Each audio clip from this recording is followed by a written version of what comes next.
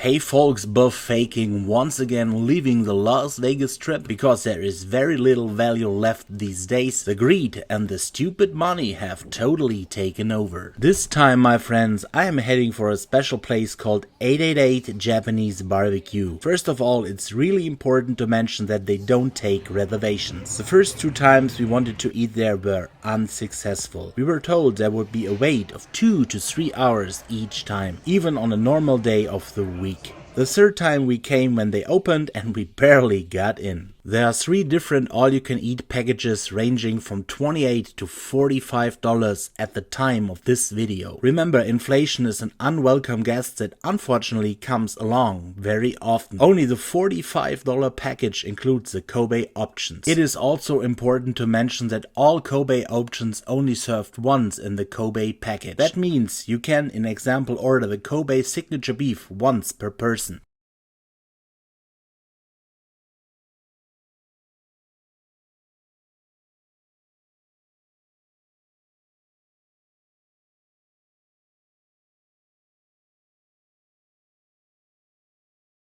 The procedure works like this, that you can order as many dishes as you want per round, but I would recommend 3 to 4 per person. Otherwise it's getting a little bit confusing. The portions are neither too big nor too small, I would say. Just the right amount of food. The only exceptions are the very large sushi portions, which are best shared if possible.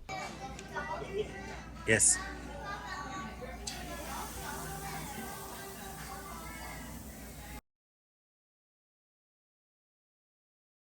This is a thin sliced spice pork belly. Oh, again. Wonderful. Tasted it. Look at this beast from the ocean. Deep in garlic marinated shrimps are always one of my favorites. The lobster roll. It's absolutely amazing. Oh yes, this lobster roll was really generously stuffed with lobster. Thin sliced pork belly.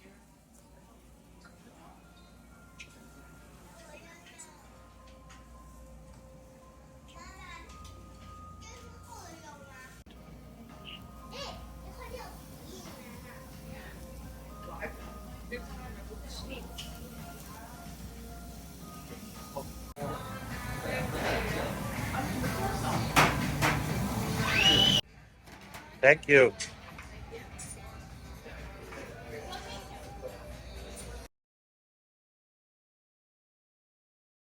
This is a Kobe beef belly.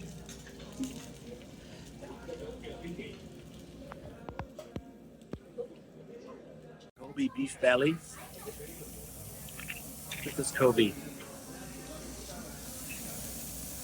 Kobe beef belly. Zucchini.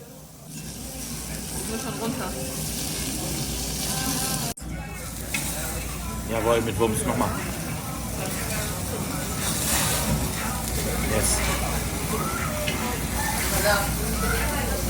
This is a Kobe beef belly. Just kissed by the flame. Not too long. The sweet tear. This is this one here. LA Kalbi is a uniquely Korean-American dish that uses flanken-style short ribs rather than the butterflied English-style ribs traditionally used in kalbi in Korea. It is believed LA Kalbi origins are in Los Angeles and not in South Korea, specifically with the Korean immigrant community of the city in the 70s. The thin flanken cut sold in California has a size and thinness that takes on marinade more easily than the traditional Korean kalbi. So, I have to try it right now here in Vegas. In general, the marinade usually has some combination of soy sauce, toasted sesame oil, garlic, ginger and sweetener. And I can't see any differences here. You have to love the sweet touch on your meats. This is pork toro. Look at the fat part. Looks amazing. Let's put it on there. The meats are typically cut quite thinly at these Asian barbecues. Unfortunately, you can't expect steaks as thick as in a steakhouse. The ribeye, another boneless beauty. It is a very tender cut of meat, containing more marbling than other cuts. The ideal combination of tenderness, flavor, and juiciness. Its signature marbling melts during cooking, infusing the meat with bold, buttery flavor. Very important, that's why you should be careful not to let the ribeye sit under the flame for too long. Otherwise, it will be well done, a state that no true steak lover can tolerate. Cutting the ribeye. And here comes your perfect appetizer, Kobe beef carpaccio. Very thin sliced and marinated in some kind of teriyaki sauce. Not bad, really not bad.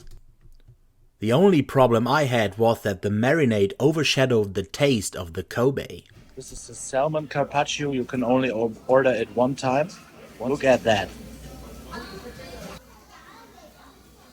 Salmon carpaccio, and this is a fillet.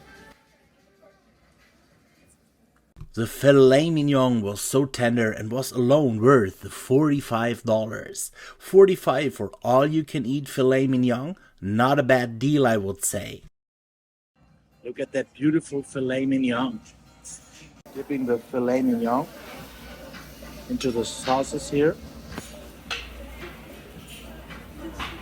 Kobe, the signature beef, the piece of meat why we are here. The marbling looks much better in real life than on any photo. What can I say? An incredible greasy experience. By the way, it was the first time for me. And to be honest, I have to say that I was a bit disappointed.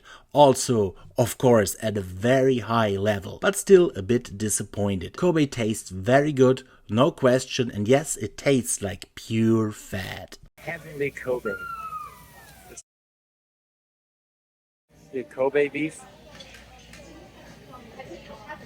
And here's your garlic bomb, Kobe fatty rib, well known for its wonderful marbling infused with aromatic garlic flavors. Very intense garlic flavor, you have to be a garlic lover. Peeled snow crabs, two wonderful pieces of freshness from the ocean, temptingly presented. Pineapple is also very fresh. You can taste that it's not from a can. And if it is indeed from a can, it was from a good can. Look at this beast from the ocean. Deep in garlic marinated shrimps are always one of my favorites. This is a dynamite roll. Okay. It tastes a little bit like surimi. I don't know exactly what it is, but beneath. Oh yeah, it's very spicy. Oh yes. Oh yeah, but very good. I think this is some kind of crab. Or shrimp. Very, very good flavor.